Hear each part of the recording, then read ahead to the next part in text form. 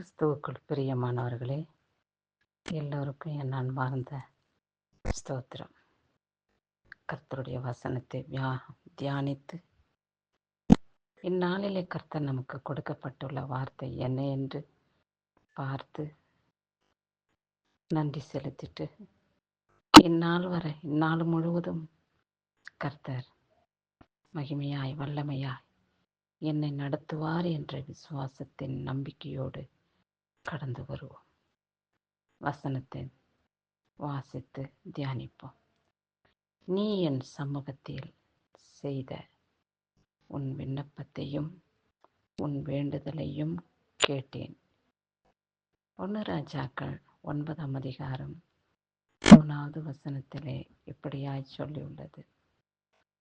கர்த்தரிடத்திலே நாம் கேட்டுக்கொள்வது என்ன என்று அவர் நிதானித்து நம்முடைய ஜெபத்தை அவர் கேட்டு பதில் கொடுக்கிற தேவனாயிருக்கிறார். அவர் சொன்னபடி அவர் சமூகத்திலே நாம் செய்த ஒவ்வொரு விண்ணப்பத்தையும் ஒவ்வொரு வேண்டுதலையும் அவர் கேட்டார் என்று நமக்கு பதில் உரைக்கிறார்.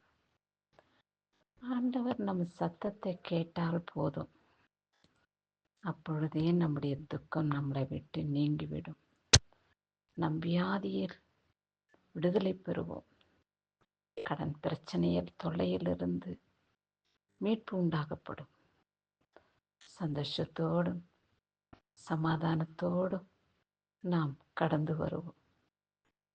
இதோ அநேக ஜனங்கள் தன் கணவன் இருந்து விட்டானோ, மனைவி இருந்து விட்டாலோ, தன்னுடைய தாய் தகப்பன் உறவினர்கள் இறந்து விட்டாலோ, உடன் சகோதரர்கள் இறந்து விட்டாலோ, அவர்கள் சமூகத்திலே போய் எனக்கு இந்த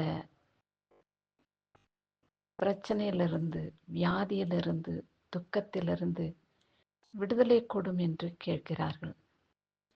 எவ்வளவு முட்டாள்தனமான ஒரு விண்ணப்பம் என்பதை யோசித்து பாருங்கள். அவர்கள் மரணம் அடைந்து விட்டார்கள். இந்த பூமியில் நடக்கிற யாவும் அவர்களுக்கு சொந்தமானதல்ல.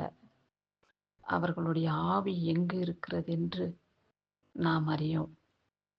அதை செய்வது உறவினர்களை இறந்து போனதை நினைத்து ஜெபிக்கிறதை, வேண்டிக் கொள்கிறதை விட்டுவிடுங்கள். அது வெறும் வீணான வார்த்தை. கர்த்தராகிய இயேசு கிறிஸ்துவை பற்றி கொள்ளுங்கள்.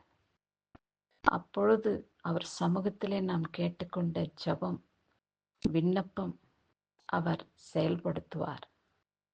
நம்முடைய வேண்டுகோளை அவர் கேட்டு பதில் கொடுப்பார்.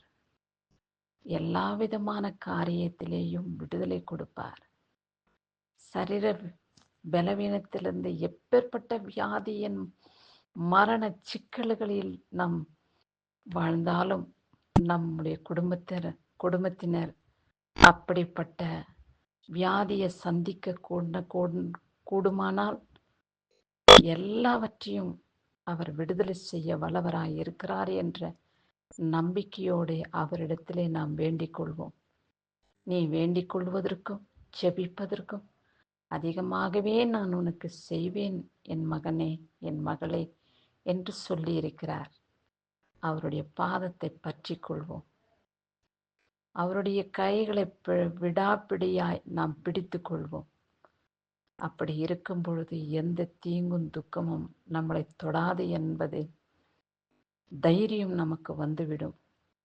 ஏசப்பா என் பக்கத்தில் இருக்கிறார். என் பிள்ளைகளுக்கும், என் கணவனுக்கும், மனைவிக்கும், தாய் தகப்பனுக்கும் அவர் காவலாளியாயிருக்கிறார்.